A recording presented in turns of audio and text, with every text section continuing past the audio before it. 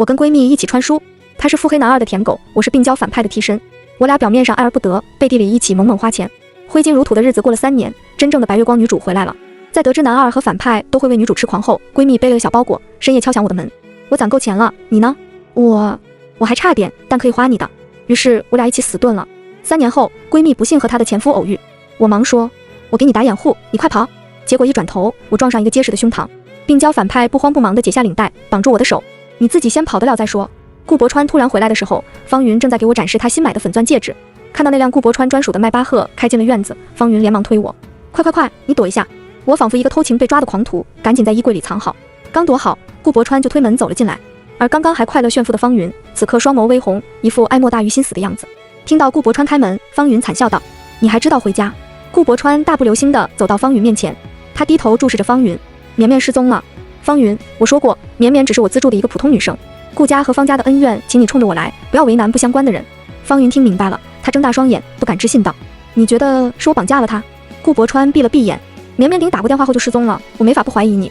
电话在这一刻响起，顾伯川接起来，看了方云一眼，好，我马上到。顾伯川转身出门，方云失控地冲上去，拉住他的手，伯川，真的不是我干的。顾伯川的眼眸冷得像冰，我会调查，在调查结果出来前，我不会再和你见面。方云的眼泪瞬间落下，明天再走可以吗？他眼眶通红，语气卑微，今天是我们的结婚纪念日，你可不可以哪怕就陪我一晚？顾伯川沉默了2秒，最终还是挣开了方云的手。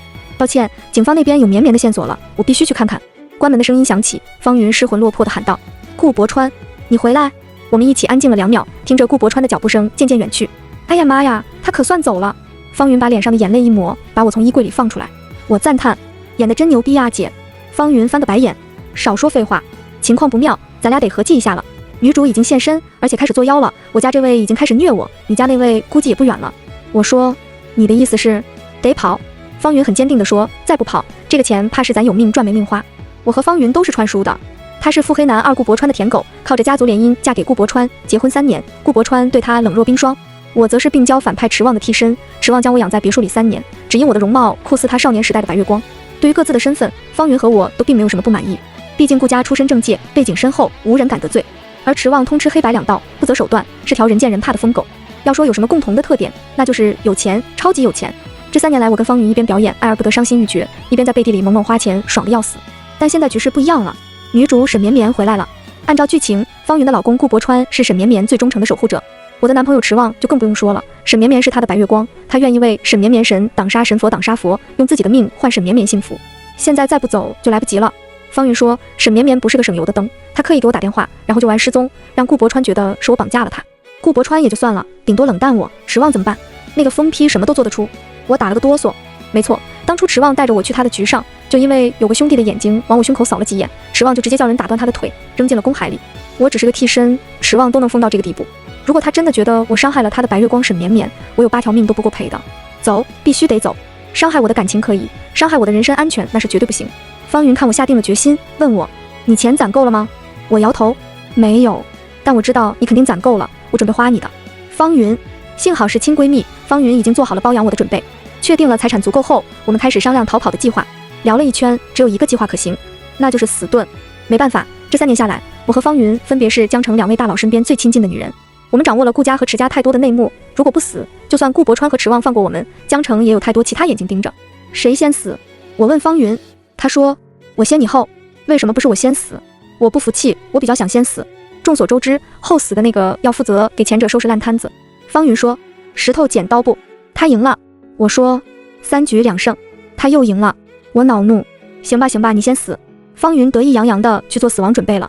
我回家收拾东西，最值钱的几样东西我都藏在地下室里，但没想到我一进地下室就被人蒙住了眼睛。池望用领带蒙住我，在我耳边低声问，去哪了？他身上有轻微的血腥味，不知道是不是刚杀过人。尽管已经3年了，我还是下意识的有点怕池望，语气微抖，去给你买礼物了。我摊开手，一枚玫瑰形状的银质胸针静静地躺在我手上，不是多贵的东西，但池望好像很开心。他抱起我放在钢琴上，今天想听什么？我乖巧地说，你弹的我都喜欢。10年前，池望的父亲因为过于讨厌这个儿子，所以把他关在了精神病院里。池望每天被虐待电击，他无数次想要轻生，直到他发现精神病院中有一个玫瑰园，那里有一架废弃的钢琴，他每天在那里弹钢琴，墙外会有个女孩来听，那个女孩就是沈绵绵。我来到池望的身边后，池望为我种下了一个园子的玫瑰，他让我穿着白裙子听他弹钢琴。今天迟旺的琴声有些躁动，他弹了一半就突然暴躁地停下，握住我的小腿，将坐在钢琴上的我拉进他怀里。我重重地坐在琴键上，发出的杂乱乐声淹没了我的惊呼。迟旺开始吻我，他的吻侵略而又占有，呼吸和心绪一样杂乱。他说，下次不许没有我的同意就离开。我答得足够乖顺，然而迟旺好像仍然没有得到足够的安全感。他扯开了我的裙子，将我揉在他的怀里。我不得不说，我比方云要幸运一点。方云只有花钱爽，我爽的层次要更丰富一些，但我不能让迟旺知道。当他带着薄薄的汗水抱住我，吻我的面颊时，我突然落泪了。迟旺吻掉我的眼泪，语气低沉，哭什么？我说，你爱我吗？迟旺的脸色微微一冷。这3年来，他对我几乎有求必应，宠得上天。但对于名分，我们2个人都默契的绝口不提。我只是个替身，替身最重要的除了长相，还有便是懂事。缠着金主问到底有几分真心，是非常不懂事的表现。迟旺沉默，沉默已是最好的回答。我却偏偏不懂事的追问，迟旺，我是你最爱的女人吗？迟旺站起身来，穿好衣服，眼看着他就要出门，我掉下泪来。你去哪？迟旺站住了，他回过头，神色冷淡，就好像刚刚那个跟我抵死缠绵的人不是他。夏言，你越界了。金丝却是没有资格问金主的行踪的。这3年来，我都表现得很好，然而偏偏是今天，我像是不死心一般，在迟旺离开后，又给他打许多个电话，他一律拒接。我松了口气，太好了，迟旺要给我一点小惩罚，那么至少3天内，他不会接我的电话，也不会来这栋别墅看我。跑路的安全性这不就大大增加了？我赶紧把我的值钱玩意收拾好，偷偷转移到安全的地方。深夜，方云来找我，你好了没？我说好了。方云不放心我，又检查了一圈，行，他满意的点头，可以去死了。这一天发生了许多大事。首先，顾伯川的人在一栋废弃楼房内找到了昏迷不醒的沈绵绵，沈绵绵的手里握着一颗珠子。顾伯川一看，瞳孔便是一缩，他认得那颗珠子。1年前的结婚纪念日，他冲着顾方2家的面子，买了礼物送给方云。那是一件非遗传承人花3年亲手打造的中式长裙，缀满繁复的苏绣，上面的每颗珍珠都价值连城。沈绵绵手里的这颗珠子正是那条裙子上的。顾总，难道真的是夫人派人做的？助理在旁边低声喃喃。谁都知道顾方2家只是商业联姻，但偏偏方云爱顾伯川，爱到痴狂。女人的吃醋最为可怕。方云看到顾伯川对自己冷淡，却对沈绵绵温柔，他怎么能忍住不对沈绵绵下手？顾伯川闭了闭眼，先去医院。路上，沈绵绵醒了。当他看清是顾伯川救了自己之后，眼泪不断落下，打湿了他的白裙子。顾先生，他说，我很谢谢您为我做过的一切，但我们还是不要再见面了。顾伯川温声道，你不要怕，是谁把你绑到那里的？你有看见绑匪的脸吗？沈绵绵顿了顿，摇头，不，我不能说。他咬住嘴唇，眼中水雾朦胧。顾先生，别人都说您在江城只手遮天，只有我知道，您也有许多不得已的苦衷。我明白方家对您事业的助力，所以您和顾太太之间真的不能再因为我有任何矛盾了。顾伯川的手无声无息地收紧。是方云，居然真的是方云。顾伯川起初其实仍然抱有一丝希望，他希望这件事不是方云做的，但现在最后一丝希望破灭了。沈绵绵打量着顾伯川的神色，他含着眼泪怯生生地说，顾先生，请您不要怪顾太太，她这么做也是因为太爱您。就在这时，电话响了起来。顾伯川几乎压不住火气，喂，是顾总吗？我被顾伯川声音中的怒气吓了一跳，但随即握着手机，焦急地说，我是方云的朋友，方云现在在医院，情况很不好，你能快点过来吗？那一端，顾伯川沉默，他说，他又在玩什么把戏？我愈发焦急，您在说什么？方云他刚刚出车祸了，情况非常危急。够了，顾伯川冷淡道，这一套他玩过很多次了，每次犯了错，他要么装病，要么磕伤自己，想让我心软。这一次是东窗事发，知道自己闹得太大，所以才连车祸都搞出来了。麻烦你转告他，他受伤了就去找医生，我又不是大夫。顾伯川，我大喊，然而没有用，电话被挂断了。顾伯川把手机扔到一边，久久沉默。沈绵绵懂事地问，顾太太出事了吗？要不先去看她吧，我没事的。顾伯川烦躁地揉揉眉心，不用管她。沈绵绵咬了咬嘴唇，体贴道，顾太太现在肯定很害怕，她只是想见您一面，您和她是夫妻，没有什么解决不了的矛盾。他越劝，顾伯川的神色越冷。绵绵，你放心，他说，我不会因为她是我妻子就偏袒她，这件事我一定给你一个公道。沈绵绵的眼泪凝在睫毛上，降落未落。顾先生，你真好。顾总，去仁惠医院吗？司机问。仁惠医院是顾家和方家合资建的私立医院。顾伯川冷淡道，不，去市立。沈绵绵看出顾伯川是在避开跟方云见面，方云在仁惠，顾伯川宁愿换家医院都不想顺路去看他。他低下头，无声无息地笑了笑。顾伯川送沈绵绵到了市立医院，医生检查后说，沈绵绵除了几处外伤外，没有太大问题，但她的精神似乎受了很大的惊吓，睡着一会儿后就立刻哭叫着醒来。沈绵绵流着泪对顾伯川说，顾先生，您先去忙吧，不用管我。原本动摇过要不要去看一眼方云的顾伯川，在看到沈绵绵这副可怜到极点的神情后，决定留下来。沈绵绵的状态平复下来，已经是2天后。顾伯川离开医院时，终于打开了私人手机，他以为上面会有几十条方云的信息和未接来电，但这一次空空荡荡，什么都没有。顾博川无端地生出一丝古怪的感觉，这种感觉他之前从未有过。顾博川想要平复这种感觉，但他在办公室里待了很久，还是按捺不住，将电话打给了我。方云呢？顾博川冷淡地问我，让他接电话。我安静了很久很久。我知道你是方云的朋友。顾博川已经不耐烦了，让方云立刻来见我。方云死了，我轻轻地说。那边沉默了很久，片刻后，我听到顾博川发出一声嗤笑，别再跟我玩这套了。他的声音随即严肃下来，告诉他我已经安抚好绵绵了，绵绵答应不报警，也不把这件事告诉任何人。方云没必要再躲着了，让他赶紧来见我。我不再说什么，只是缓缓说了一个地址。你这么想见他，就来这里找他吧。时间是深夜11点。顾博川在灵堂里找到了我，我呆呆地坐在那里。听到顾博川的脚步声，我机械地转过头来。你来了，你来了。顾博川没有说话，他低头看着我手里的东西，那是一个骨灰坛。这是……我缓缓低下头，抚摸骨灰坛。我不是告诉你了吗？他出了车祸。我面无表情，只有眼眶又肿又红。如果我打完电话你就赶来的话，你们明明可以见上最后一面的。现在一切都太晚了。顾博川的双手颤抖起来。我打断他。我知道你只是怀疑是他绑架了沈绵绵，无所谓，你去查吧，反正查出的结果都跟方云无关了。我抱起骨灰坛，转身跟顾博川擦肩而过。他叫住我，等等，她是我的妻子。我站住脚步。你想让我把她的骨灰给你，是吗？我笑起来，眼泪大颗大颗的滚下。不可能的，顾博川，方云他活着的时候是那份对你的爱，把他困在顾家。现在他死了，他终于可以不爱你了。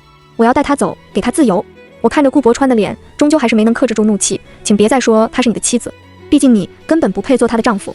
我带着那罐骨灰离开了，我不可能把它给顾博川，因为里面方云只敷衍了事的从他的化妆台上找了几盒散粉撒进去。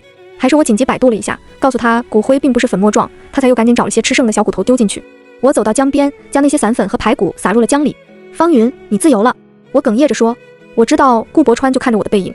撒完骨灰后，我开上自己的车离开。自始至终，我没有再给顾博川一个眼神。算算时间，池旺也该找我了。他惩罚我3天，现在差不多刚好到点。但池旺没有找我，我知道是因为沈绵绵去找他了。顾博川因为方云的死，现在不理沈绵绵了。以沈绵绵的作风，一定会立刻启动自己的下一个攻略对象。他会来到池旺的身边，跟他相认。玫瑰园外的小女孩终于失而复得，池旺怎么还有心情管我这个冒牌货？我开着车来到跨江大桥上。江城这个地界，大佬们是彼此划分势力的。像我刚刚到骨灰那个地方，其实属于池旺的地盘。现在我来到了顾博川的地盘上，坐在江边，我复盘了一下自己留在别墅的东西。银质玫瑰胸针，我给池旺的最后一样礼物。绝笔信，告诉池旺我爱他。抑郁症诊断书伪造的，表明我的死亡原因。复盘完毕，我给池旺打了电话，他接起来，带着微微的醉意。喂，旁边还有女孩不满的娇嗔。阿旺，这是谁呀？是沈绵绵。我无视沈绵绵的声音，平静地开始了我的表演。池旺，你放心，我打这个电话不是为了缠着你，我只是想说一声谢谢。我刚来这个城市的时候什么都没有，是你给我房子住，给我遮风挡雨，还给了我被爱的错觉。池旺的声音有点变了，他说，夏言，你在哪？我平静地说，我也很高兴，往后能有人替我跟你相爱。你要记得少喝酒，膝盖的旧伤要定期去检查。妍妍，你在哪里？我现在去找你。这是我第一次听到池旺失控的声音。我笑了，风声灌入。池旺，再见了。手机扔入江水，我纵身一跃，江水灌进我的喉咙。下一秒，衣服里的漂浮层就起了作用，我的后背浮上来，嘴里咬着特制微型水肺的氧气管，一路顺着江水漂流。漂了大概1小时，我撞上一个皮划艇，抬起头，方云撑着桨坐在上面。你可他妈来了！方云上气不接下气，快上来一起划，想累死老娘吗？我赶紧爬上皮划艇。就这样，我跟方云一个撑着左桨，一个撑着右桨，划着友谊的小船离开了江城。我们很久之后才知道，在我们哼哧哼哧划船的那一夜，江城天翻地覆。顾博川在缓过神来后，带着人疯了一样的找我。我是方云死时唯一陪在他身边的人。顾博川想知道方云有没有留下什么话给他，是不是很怨他。在江边，顾博川跟同样疯了一样找我的池旺相遇了。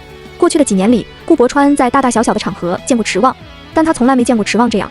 池旺坐在江边，神情像是很平静，又像是彻底疯了。江上打捞船来来往往，有人上来，站在池旺面前，战战兢兢。池少，池旺开口，声音沙哑的不成样子。找到尸体了，是吗？不是，什么都没找到。池旺起身，一脚把人踹进江水里。那他妈就继续找啊！顾博川叫他。池旺，池旺连眼皮都没抬一下，像是没听见。顾博川深吸一口气，池旺，我理解你现在的心情，但这里离入海口太近了，已经7个小时了，尸体很可能是找不到的。池旺抬起眼睛看向顾博川，双眸中全是血丝。顾博川身后的保镖们吓到了，赶紧护到顾博川身边。那一瞬间，他们觉得池旺可能疯了，这个黑道出身的狗崽子没准连顾博川都敢踹。池旺没踹顾博川，他只是盯着顾博川，一字一顿地说：顾博川，什么叫你理解我的感受？你老婆死透了，我的妍妍可没有。字字诛心。顾博川的面孔狠狠一白。妍妍是在你的地盘上跳的江。池旺说：找不到他，我连你一起算账。顾伯川身边的保镖脸色都跟着变了。池望跟顾伯川不一样，顾家出身正界，顾伯川凡事讲究一个名声体面。池望不同，他是条彻头彻尾的疯狗。他说要跟顾家算账，那就是真干。顾伯川捏捏眉心，把助理叫过来，我们这边的船队下去一起找人。这一夜江边灯火通明，顾家和池家的船只在江中来来往往，但始终活不见人，死不见尸。顾伯川先回去了，他说方家那边还在等他的一个交代。池望依然怔怔地坐在江边，他喃喃：妍妍，你肯定没死，对不对？池望和顾伯川到底什么反应，都跟我和方云无关了。千里之外的锦城多了2位幸福而又美丽的富婆，欢乐的日子总是过得特别快，一转眼我们已经来到锦城3年。此时此刻，我和方云正在夜店的包间里享受人生，一群男模围着我们，个个英俊帅气，耐唱能跳，不知道的还以为这里在进行什么男团选秀。方云说：你看那个是不是长得有点像池望？我简直一个机灵，随即翻着白眼道：像个屁，我看那个长得倒挺像顾伯川。开完玩笑，我的心里无端划过一片乌云。这3年来，池望完全没动静，顾伯川的消息倒是时不时传来。他在方云的葬礼上给方家人下跪请罪，他设了一支慈善基金，以方云的名字命名。方云离开后，之前滴酒不沾的顾伯川开始酗酒，多次被救护车接走。而池望，他自始至终一点消息都没有。我应该感到高兴的，这说明我对他而言的确是个无足轻重的替身，死了也就死了。但不知道为什么，心里总有一根不安的弦在绷着。好在我身边的2个混血模特很会察言观色，立刻上前展示才艺。姐姐，我们2个的胸肌都会动，你评评谁动得比较快？我来了兴致。好，我一定公平公正。那边方云冲我翻白眼，低俗。他自己转头对男模说：来，伸出手来，姐姐给你们看手相。我封建。这3年来，有钱花不完的空虚让方云迷上了神秘学，什么星座塔罗八字看相，没有他不涉猎的。离方云最近的是个眉眼很干净的男孩子。方云很少让同一个男模在他身边待3天以上，但这个男孩子在方云身边已经整整3个月。男孩叫许文，是附近大学的高材生，据说是父亲破产欠了很多债，他才来这里陪人喝酒赚学费。许文长得很好看，面容清冷，总是白衬衫，戴一副金丝边框眼镜，长得的确有一点像少年版的顾伯川。但许文和顾伯川不一样，方云握住他的手说要帮他看手相时，许文的脸疼得一下红了，他不敢看方云，冷白的皮肤变成粉色。姐姐，许文低声说，我有个忙，可不可以请你帮一下？方云说，是不是缺钱了？不是。许文急忙道，他低下头指了指夜店的外面，那里坐着几个年轻的女孩。许文说，有个他们学校的富二代女生追他追得厉害，他不想答应，只想专心学业，但女生不信，每天都堵在夜店的门口等他下班。许文问方云可不可以装成他女朋友，让这个女孩死心。方云说，小事一桩。他站起来，大大方方地挽住许文，许文的脸更红了。他们一起走向富二代女孩的方向，起初还是正常的交涉，很快一群人就莫名其妙地拉扯了起来。那个富二代女生估计是喝多了，激动地哭叫起来，指着方云对许文喊，他怎么可能对你认真？他这种人一看就只会玩弄你的感情，我才是真的爱你。众所周知，吃瓜是人类的天性之一，连 DJ 都不打碟了，跟着客人们一起伸头看戏。我原本也抱着我的 AD 钙奶在远处看得津津有味，但突然一阵凉意袭上我的后背，说不上来我到底看到了什么，它更像是一种诡异的感觉。一把抓起我和方云的包，我朝着方云冲过去。方云还在那敬业的演戏，他紧紧拉着许文的手，对女孩说，不管你相不相信，我对许文都是认真的，我是真的爱他，想要跟他结婚。说完这句话，突然方云也怔住了，他的脊背一节一节僵硬起来。灯光一明一暗，他看到远处一个身影正一眨不眨地盯着他，万籁俱寂。顾伯川站在阴影里，刚刚方云说的话一字不落地进了顾伯川的耳朵。此刻他看着方云和许文握在一起的手，瞳孔如同冰封。想要结婚？顾伯川笑了笑，声音如同碎冰，方云，你的上一段离了吗？他发话的功夫里，顾家的保镖们已经动了，他们像沉默的鱼游入水中，从人群中向方云靠近。好在我已经赶到了方云的身边。愣着干什么？我拉起方云，跑啊！酒杯翻倒，酒液飞溅，我和方云撞翻了4张桌子，3个端着托盘的服务员，2辆小推车不要命地向前狂奔。顾家的保镖死死地追在我们身后，距离越来越近。我们冲进了地下车库。你喝酒了吗？我问方云。还没来得及。方云说，你呢？我也没。太好了，没有人酒驾。我急速地从方云的包里翻出他的车钥匙，然后把我的扔给他，走，分头走。方云明白了我要干什么，他开我的车，我开他的车，我用我自己来掩护他。夏言，别墨迹了，快！没时间了，我冲进方云的车，一脚踩下油门。顾伯川来找方云，以他的性格，一定是提前查过方云的。我和方云的车同时开出，顾家的主力一定会来追这辆车牌号在方云名下的车。果然，我开出去没多远，追兵就出现在我的后视镜里。追在最前面的竟然是一辆轰响的哈雷摩托，骑手戴着头盔，死死地咬住我的车尾，速度快的车轮下面几乎要冒出火星子来。顾伯川从哪雇到的这种亡命徒？这种开摩托的方式完全就是不要命。突然，我的心脏仿佛停跳了一拍。以我对顾伯川的了解，他没那么疯，有这么疯的人只有一个，那就是池望。再看摩托车上的那个身影，我还有什么认不出来的？我疯狂踩油门，但已经到了最大限速。池旺的摩托飙到了我的前面，他甩尾停下，像是要截停我，又像是要跟我同归于尽。我不得不死命地踩刹车，车子在离池旺只有几毫米的地方刹住，我的头重重地撞到前面，安全气囊弹出来，我昏了过去。意识清醒的最后一刻，是池旺拉开车门把我抱了出去。他在我耳边低声道：“妍妍，你果然舍不得撞死我。”我没能回答他，就坠入了无尽的黑暗中。我做了个梦，梦里是我跟池旺第一次见面。那时候我刚穿到这个世界，还没跟方云相认，过得有些清贫，需要在便利店打工赚学费。池旺走进便利店买烟，浑身上下都是血。所有客人在瞬间吓得离开了店，只剩下我站在柜台后面，怔怔地看着他。池旺掀了掀眼皮，在想怎么报警。我说：“你受伤了。”我帮池旺包扎了伤口。他像是很可怕，但静静坐着的时候又很乖。我笨手笨脚地缠完他的胳膊，跟他说：“好了。”我起身离开，池旺却突然拽住了我的手腕。他看着我说：“你在这1个月打工能赚多少？”我说了一个数字，池旺立刻报了一个几乎是100倍的价格。我呆住了，这么多钱？那你需要我干嘛呀？池旺看着我呆呆的样子，突然笑了脾气：“谈恋爱呀，你愿意吗？”我看着他灯光下染着血又漂亮的不像话的脸，心想这有什么不愿意的。后来的3年，池旺喜怒无常，像只疯狗，只有我知道怎么捋他的毛。他记得我所有的喜好，我不喜欢烟味，他再也没在我面前抽过。我怕冷，他会在冬天推掉所有安排带我去泡温泉。我爱慕虚荣，他就在我生日那天放1夜的烟花，让整个江城都知道夏妍女士今天21岁了。那1夜的烟花下，池旺抱住我：“妍妍，你答应我要永远陪着我。”我感动得流眼泪。我答应你。池旺，你要不现在求婚吧，我跟着一块答应了。夜空中的烟花消散了，我醒了过来，空气中湿冷的触感告诉我这是地下室。手被绑住，我下意识地挣扎起来，只挣了一下，肩膀就被人从后面按住。妍妍，你跑不掉的。池旺解下领带，在我的手上轻车熟路地打了个结。他穿着黑衬衫，胸口别着一枚银质的玫瑰花，如此廉价的首饰有些配不上他的高定成衣，但我认了出来，这是我送给池旺的最后一样礼物。池旺调整好绳结，把一旁的药拿过来：“你受伤了，得涂药。”他说。我拼命挣扎，然而池旺摁住我，他把我绑牢，骨节分明的手游走在我的身体上。3年时间，池旺了解我身上的每一个敏感点，我浑身都在颤，额发被汗水打湿，生理性的眼泪不受控制地流了下来。池旺很温柔地贴住我的额头，像过去的无数次那样吻掉我的眼泪。哭什么？我说：“池旺，你能不能先放我走？我要去救方云。”我不知道方云有没有逃掉，最坏的情况是他也落入了顾伯川的手里。池旺静静地说：“你说什么？”我没听清。我说：“你能不能放我走？”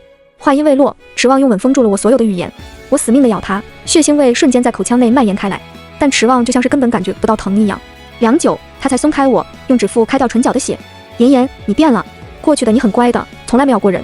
他笑了笑，宠溺地揉揉我的头发，不过现在这样也很好，你的什么样子我都喜欢。池旺囚禁了我，大部分时间他亲自陪着我，如果他有不得不忙的事情，20多个保镖就会一起守在外面。地下室里没有钟表，我不知道已经过了几天，我只知道我开始不吃不喝。池旺回来的时候，我已经很虚弱，他掐着我的下巴，把营养剂灌进去，但他喂进去的几分钟后，我就会再吐出来。池旺气疯了，他松开了绑我的绳子，把我抵在墙上。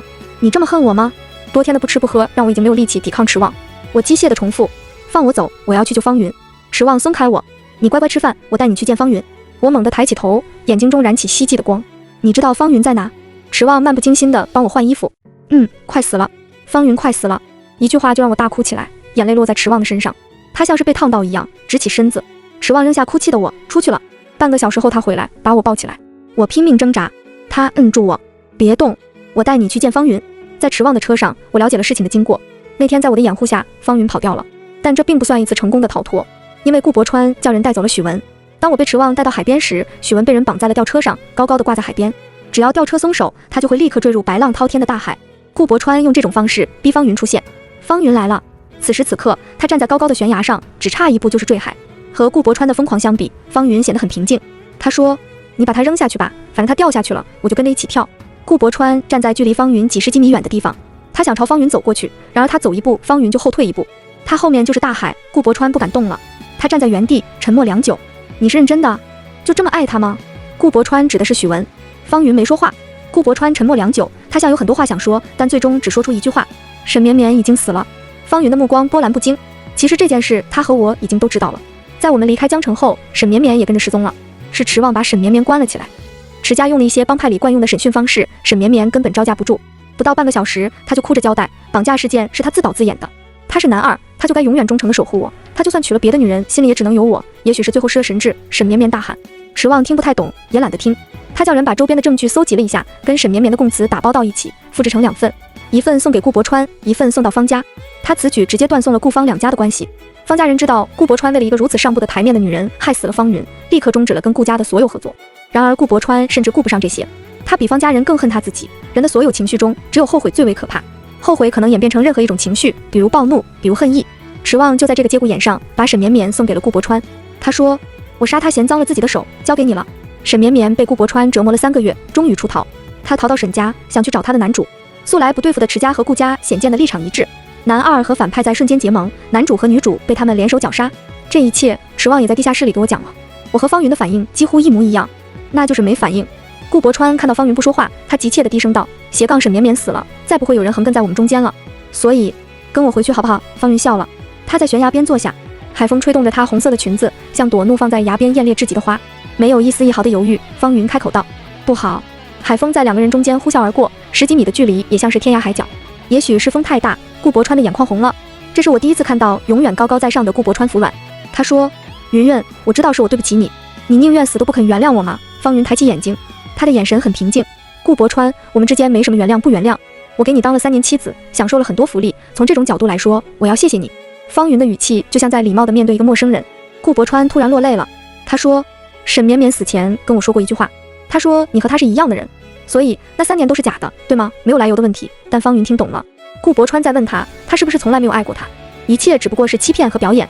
方云那个是自己刺到了嘴边，最终还是没有说出口。最后他笑了，眼泪落在风里。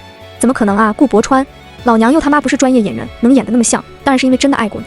顾伯川的神情在瞬间变了，他的脸苍白得如同瓷器，仿佛下一秒就要碎裂。方云笑着抚平裙摆，他的眼里带着回忆的光。我刚穿来的时候，家里让我去参加舞会，我什么都不懂，窘迫得要命。结果那条裙子还偏偏被我后妈和继妹做了手脚，在舞会上裂了一个大口子，没人帮我，所有人都等着看我笑话。方云看向顾伯川，只有你把西装外套脱给我，然后向我伸出手，问我可不可以邀请我跳支舞。那天在场的所有女孩都羡慕我，我后妈跟继妹眼睛都气红了。方云笑着抹了把眼泪，所以知道要嫁的人是你的时候，我真的挺高兴的。我对自己说，你不够爱我也没关系，那我就多爱你一点，只要你不抛弃我，我就一直跟你在一起。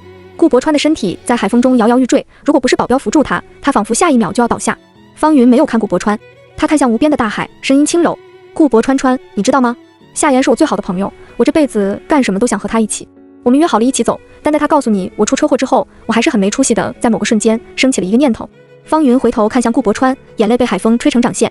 我想，如果你听到我在医院，就立刻跑来找我，那我就不走了，我会把所有准备好的钱都给夏言，然后留下来跟你在一起。顾伯川的嘴角溢出血来，这些年江城一直有他得了胃癌的传言，但始终没被证实。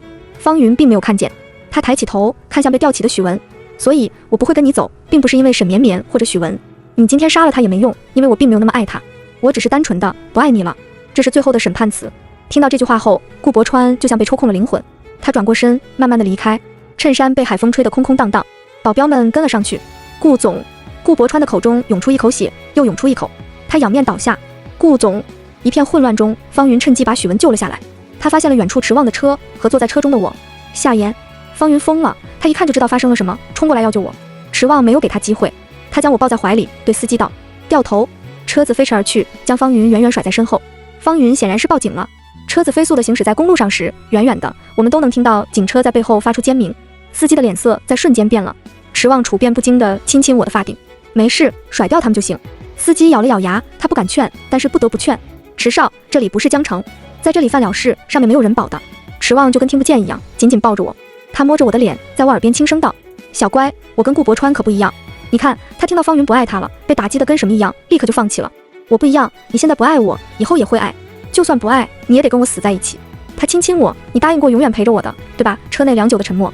我说：“迟望，我是答应过你永远陪着你，但前提是你会跟我结婚。”迟望的身体微微僵住了，那是最初的好日子，非常短暂，短到我跟他都快忘了。那个时候我还没意识到自己是替身，傻乎乎的把满腔热情给迟望。迟望，我闺蜜买了好大一块粉钻，我好喜欢，你以后跟我求婚能不能用粉钻做戒指？迟望，我今天看到一个小女孩跟糯米团子一样好可爱，我们以后生女儿好不好？迟望抱着我的腰，把吻落在上面。都好，都听你的，再也没有那么纯粹的好时光了。车内，我用最后的力气亲了亲迟望。怎么样，你金盆洗手跟我结婚，我就履行诺言，永远跟你在一起。方云找到我时，我坐在一个种满玫瑰的小公园旁边发呆，他冲上来抱着我哭：“你吓死我算了，呜呜呜，你死了我真的不知道我该怎么办。”我推他：“滚，别以为我没听见，你曾经考虑过为了顾伯川不要我。”方云哭够了，听我讲了事情的经过，他睁大眼睛不敢置信：“所以迟望就这么放过你了？”我说：“他不是疯批吗？我以为他死也要跟你死在一起。我笑了笑，风从眼前吹过，我心里空荡荡的。我了解池旺，他就算愿意跟我一起死，也不会娶我的。没有人比我更懂池旺的野心。池旺是池家的私生子，更准确地说，他妈妈曾经是他爸爸的秘书。池旺的诞生是一次强暴的产物，但没人相信。所有人都骂池旺的妈妈，骂这个风骚的女秘书勾引上司，企图带球上位。在无尽的冷眼中，池旺的妈妈早早死去。那时候池旺才7、8岁，他在母亲的墓前磕了头，从此一生的目标就是不惜一切代价向上爬。虽然出身不干净，但鉴于他现在实在家大业大，有的是名门千金愿意跟他联姻。我只是在提醒他，他为了我闹成这样，前面奋斗的那10几年，他不要了吗？他不是放过了我，他是放过了他自己。我轻声对方云说，之后的2年，我没有再见过池旺，这个人像是在我生命中完全消失了，没有留下一点痕迹。我跟方云每天嘻嘻哈哈，醉生梦死。偶尔我会问他，你当初跟顾伯川说的那些话到底是真的，还是只是为了救许文？方云每次都听不见，立刻拉着旁边新男模的手，你这个手相不错，富贵。我不再追问，一笑而过。又过了很久，我终于遇见了池旺。那时候我正跟方云在一个公园散步吹风，突然看到一辆摩托靠在路边，转过眼，我看到了池旺。他穿着黑衬衫，依旧英俊而阴沉。他走过来，好巧，他不是来找我的，只是偶遇。我听说了，锦城一位副省长的女儿偶然见过池旺一面，一见钟情，爱得要死要活。对池旺而言，这是个很好的机会。我问他，来见女朋友？他点点头。怎么不去？有点紧张，在这里抽根烟。他扬扬手里的薄荷烟，又下意识地掐了。这是他的习惯性动作，我呼吸道不好。他起初埋怨我娇气，后来抽烟再看见我时会立刻掐掉。我们一起沉默了一会儿，池旺轻松地说，好久不见，要不要聊聊？方云看了眼我，我点点头。方云这才自觉地离开。我去咖啡厅等你。我跟池旺一起走了一段路，中间路过了一个冰激凌摊子，巨大的蛋筒上面有好几个冰激凌球。如果是过去的我，一定会吵着要池旺给我买，这次我没要，池旺却主动上前买了一个，他要递给我。我顿了顿，笑着说，多谢，但是我怀孕了，最近医生不让吃，可能是我的错觉。池旺的手狠狠抖了一下，但几乎是下一瞬，他就没事人一样的笑了笑。这样啊，他拿着巨大的甜筒，静静地说，那我去见女朋友了。他说，一个小男孩跑过来，眼巴巴地盯着池旺手里的冰激凌看。我说，给孩子吧，反正我也吃不了。池旺顿了顿，说，好。他把冰激凌递给小男孩，小男孩甜甜地说，谢谢哥哥。他拿着冰激凌跑远了。夕阳在这一刻为远处的玫瑰渡上仿佛不会褪色的鸾金。我听到池旺说，再见。我也说，再见。他戴上头盔，骑上摩托，消失在了夕阳的尽头。方云不知何时来到我身边。为什么骗他？我没结婚，更没怀孕。我叹口气，他是来相亲的。这段联姻对他非常重要，池家一直希望他娶一个政界背景的妻子，来洗白他不那么干净的出身。这个机会如此关键，所以就不要再让他分心了。方云搂住我，难受吗？不难受。你真的不爱池旺了吗？顾伯川胃癌晚期想见你，你真的不考虑去看看他吗？走吧，去喝酒。走。池旺有时候觉得夏言很了解他，有时候又觉得他不够了解。不过不够了解也是池旺自己刻意为之的结果，毕竟夏言的定位只是情人，没有任何一个大佬会让情人全方位的了解自己。比如夏言并不知道，池旺之所以能从一个被关在精神病院的私生子，最后打拼到成为池家的接班人，这里面要多亏一位大哥的帮助。那个大哥10几岁就在帮派混，拎着把西瓜刀就敢独闯仇家的据点，具备一代枭雄的所有素质，是江城最有名有姓的人物之一。池旺在他的帮助下，先是在帮派站稳了脚跟，再借助所有势力，一点点地清除掉自己的兄弟，直到父亲立下遗嘱，让他成为唯一的接班。池旺以为大哥会跟他一起享受这份权力版图，但是大哥没有。大哥仿佛是在36岁那年突然收了心。他说他有个深爱的女人，女人怀孕了，害怕打打杀杀，想让大哥金盆洗手，以后好好过日子。如果是现在的池旺，他一定会劝大哥，江湖从没有金盆洗手，要么一条道走到黑，想转头就是死。但那时候他还不懂这个道理。大哥隐退后，仇家上门了，他们保了大哥的妻子，要大哥一个人去赎。曾经冷静狠辣的男人，就像失了智一样，绑匪说什么他就做什么。等池旺找到大哥时，他被扔在路边，浑身上下没有一块好骨头。他竟然还剩一口气。见到池旺后，第一句话是他没事吧？池旺知道他问的是那个女人，顿了顿，说没事。大哥这才放心。他看着这个他一手调教出来的年轻人，留下最后几句教导：兄弟，记住大哥的话，要想往上爬，不能有软肋。一个男人把心真真切切地掏给一个女人，对别人来说叫真爱，对我们这行来讲叫死穴。别把我死了的事情告诉你嫂子，就说我跟别的女人好上了，留了笔钱给她，让她别再来找我了。池旺点头答应后，大哥放心的死了。池旺对着大哥的尸体久久沉默。16，他骗了大哥，仇家根本没有留任何活口。大哥妻子也死了，尸体就在离大哥几十米远的地方。刚刚池旺用身体挡住了他。池旺给大哥和他的妻子操持了丧礼，然后屠了仇家满门。未来的近10年里，池旺牢记大哥的话，他比大哥爬得更高，他不能有软肋。外界都传那个在精神病院外听他弹钢琴的女孩是他的白月光。池旺每次听了都想笑，太好笑了。他是一个敢跟亲爹动刀子的人，一个小姑娘在外面听他弹了2次琴，能有多重要？但他乐意让外界这么传。比起没有软肋，有一个假的软肋不是更好吗？而且池望会觉得外界都认为他爱那个所谓的白月光，那么夏言就更安全了。夏言是跟池望最久的女人，池望记得大哥的话，女人可以养着，可以玩，但是不能爱。池望没想到自己会栽进去。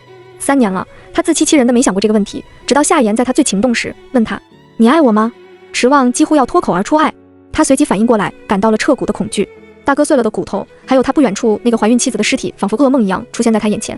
池望站起身，他面对不了这个问题，只能落荒而逃。他知道身后夏言在哭，他很乖，哭起来几乎没有声音，但他的心会跟着一抽一抽的疼。池望觉得自己完了，他觉得自己需要抽离，需要戒断。在确定自己能够不走心之前，他不能再见夏言了。他离开了那栋别墅3天，为了分散注意力，他见了沈绵绵。他对沈绵绵的叙旧感到很不耐烦，唯一感兴趣的是他跟顾伯川的关系。听说顾伯川为了这个女生3番5次的抛下顾太太，那么他也许可以通过控制这个女生来间接的控制顾伯川。就在池望觉得自己的心果然还是在事业上时，夏言死了。池望一路飙车过去，差一点就连人带摩托的冲进江里。池家的元老们全都气疯了。池望的此举让之前多年的布局成了空。之前他们为了洗掉池望不干净的背景，找了很多名门千金作为联姻的备选。在这种圈子的联姻里，养情人无所谓，有白月光也无所谓，但为了一个替身，疯到差点把自己的命送了，就很有所谓了。池望几乎把他筹谋了多年的计划一招断送，但他甚至顾不得了。他坐在江边，心里只有一个念头：夏言没死，肯定没死。他没有证据，但他就是觉得他的心还在跳动，那他爱的人就肯定存在于世界的某个角落。因此，在顾伯川已经完全自暴自弃，酗酒把自己作践成胃癌的时候，池望在毫不放弃的满世界找人。池家的人手不够，他就直接闯进顾伯川家里，把你的人都借我。顾伯川说：凭什么？池望说：爱借不借。他转身就走。顾伯川无奈地叫住了他：你需要用谁就去调吧。池望终于把夏言找到了，但夏言说要他金盆洗手跟他结婚。池望之前觉得女人们都像弱智一样，为什么全都要结婚？但现在他在回江城的私人飞机上，嘴角忍不住的上扬，一种奇异的幸福感充斥在心间。池望突然想起了大哥，这一次他没有再想起大哥碎掉的骨头，相反他想起了大哥死时脸上的笑容。原来他并不后悔自己的选择。